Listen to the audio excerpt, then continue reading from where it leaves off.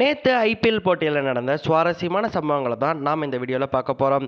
நேற்று கேகேஆருக்கும் எஸ்ஆர்ஹெச்சுக்கும் மேட்ச் நடந்துச்சு. இந்த மேட்ச் ரொம்பவே சுவாரஸ்யமான போட்டியாக இருந்துச்சு.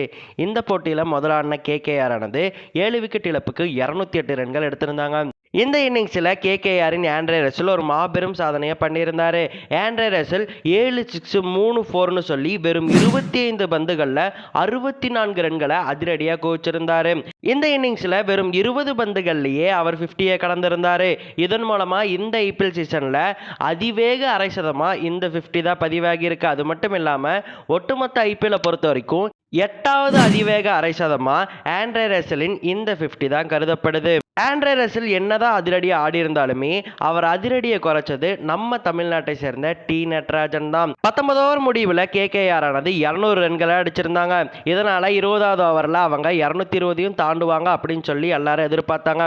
ஆனால் 20வது ஓவரை யார்கர் கிங் நட்ராஜன் வீசினதோட அந்த ஓவரை ஒரு விக்கெட் எடுத்து ரொம்ப கட்டுப்படுத்தி வெறும் 8 ரன்கள் மட்டும் விட்டு கொடுத்து அந்த ஓவரையே அவர் கைவசம் கொண்டு வந்தார். இதன் மூலமாக வெறும் 208 ரன்களை மட்டும்தான் 20 ஓவர் முடிவில் அவங்களால எடுக்க முடிஞ்சுச்சு. அதன் பிறகு ஆன எஸ்ஆர்ஹெச் ஆனது வெற்றிக்காக ரொம்பவே கடுமையாக போராடினாங்க. அந்த அணியின் ஹென்றி கிளாசன் வெறும் 29 பந்துகளில் 63 ரன்களை அதிரடியாக குவிச்சு எஸ்ஆர்ஹெச் அணியை வெற்றி இலக்கை நோக்கி கூட்டிகிட்டு போயிட்டு இருந்தார். கடைசி ஓவரில் 13 ரன்கள் தேவைப்பட்டப்போ எஸ்ஆர்ஹெச் சார்பா ஹென்றி கிளாசன் களத்தில் இருந்தார். கேகேஆர் சார்பா இளம் பவுலரான ஹர்ஷித் ராணா பவுலிங் பண்ணிட்டு இருந்தார். ரொம்பவே கட்டுப்பாடாக பவுலிங் பண்ணி ஹென்றி கிளாசன் விக்கெட்டையும் வீழ்த்தி வெறும் 7 ரன்களை மட்டுமே விட்டு கொடுத்து எஸ்ஆர்ஹெச்சை சுருட்டினார். இதன் மூலமாக கேகேஆருக்கு வெற்றியும் வாங்கி கொடுத்தாரு.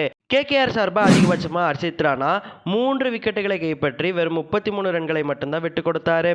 அதே மாதிரி எஸ்ஆர்ஹெச் சார்பாக நம்ம தமிழரான நட்ராஜன் 32 ரன்களை விட்டு கொடுத்து 3 விக்கெட்டுகளை அள்ளி எடுத்தார்.